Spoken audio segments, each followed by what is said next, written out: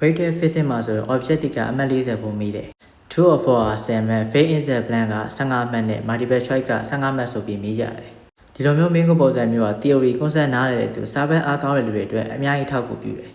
theory concept အားနည်းတဲ့လူတွေအတွက်ကတော့ objective မင်းကိုတွေကိုဖြည့်ဆို့ဖို့နည်းနည်းအခက်အခဲရှိတယ်အဲ့ဒါကြောင့် Creative Physics မှာ objective မင်းကိုတွေကိုဘယ်လိုလေ့လာပြီးဘယ်လိုဖြည့်ဆို့ရမလဲဆိုတာပြောပြပေးမယ်စာပိုက်တိုင်းကိုဖတ်မယ်ဆိုရင်အဲ့ဒီစာပိုက်မှာဘယ်အကြောင်းအရာတွေကဘယ်လိုမေးနိုင်လဲဆိုတာကိုယ်သဘောတရားနဲ့ကိုယ်နှုတ်ထုတ်ထားရမယ်ဥပမာဒီစာပိုင်းမှာဆိုရင် objective အဖြစ်မေးနိုင်တဲ့အကြောင်းအရာရဲ့အလုံးဒီလိုမျိုးနှုတ်ထုတ်ထားလိုက်မယ် Java ရဲ့ဆိုလို့ရင်အရာတွေတစ်ခုက9 circular motion မှာဆိုရင် initial speed နဲ့ final speed ကမတူအဲ့ဒါကြောင့် angular speed ကလည်းပြောင်းလဲနေပြီးတော့အရာဝတ္ထုမှာ angular acceleration ဖြစ်ပေါ်နေတယ်အဲ့ဒီ angular acceleration က tangential acceleration ကိုလည်းဖြစ်ပေါ်စေတယ်အဲ့ဒီ tangential acceleration ကစဝိုင်းကို tangential မြင့်တာရွေးရှားတယ်9 circular motion မှာဆိုရင် tangential acceleration အပြင် centripetal acceleration ပါရှိတယ်အဲ့လိုမျိုးသဘောတရားလေးတွေကိုနားလည်ပြီးတော့ကိုယ့်ဘာကိုနှုတ်ထုတ်ထားလို့ရတယ်ကိုကဒီစာပိုက်ရဲ့သဘောတရားတွေကိုနားလည်တဲ့အတွက်ဒီစာပိုက်ရဲ့ objective တွေကိုလွယ်လွယ်ကူဖြည့်လို့ရပြီဒီလိုမျိုးအကြောင်းအရာရဲ့သဘောတရားတွေကိုကိုနားလည်တယ်လို့နှုတ်ထုတ်ပြီးတော့ objective တွေကိုဖြည့်လို့ရတယ်ကိုက objective block ပိုင်လဲမပိုင်လဲစစ်စစ်လို့ရတယ် autobot တစ်ခုနဲ့မိတ်ဆက်ပေးမယ်အဲ့ဒီ autobot နာမည်က assist to တမတ်တယ်ဘောဖြစ်တယ် assist to တမတ်တယ်ဘောရဲ့ချက်ကကျောင်းသားတွေအတွက် objective စောင့်တွေအများကြီးဝယ်စရာမလိုဘဲနဲ့ဖုန်းတစ်လုံးရှိအောင်နဲ့ objective တွေအများကြီးကို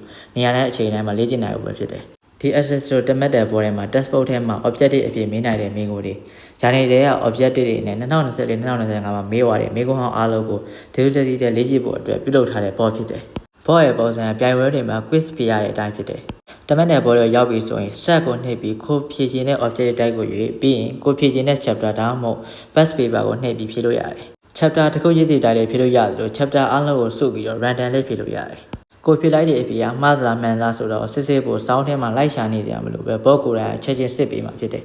ကိုယ့်အတွက်အရေးကြီးတဲ့မိကိုတွေမှားလိမ့်မှရှိတဲ့မိကိုတွေကိုပုံမှန်လှုပ်ထားပြီးတော့ကိုအားတဲ့အချိန်တွေမှာပြန်လည်လေ့ကျင့်လို့ရတယ်တမတ်တဲ့ဘော chemistry physics နဲ့ပေါင်းဆိုပြီး3ဘာသာရနိုင်တယ်တပါးစာ6500ကျသေးပြီး3ဘာသာဘောတစ်ပြိုင်တည်းဝင်ရင်တော့1900နဲ့ရရှိမှာဖြစ်တယ် assist ဆိုတမတ်တဲ့ဘောနဲ့ objective လေ့ကျင့်တယ်ဆိုရင်တော့ assist ဆို telegram chat မှာဒီ code ကိုပို့ပြီးဝယ်လို့အားပေးလို့ရပါတယ်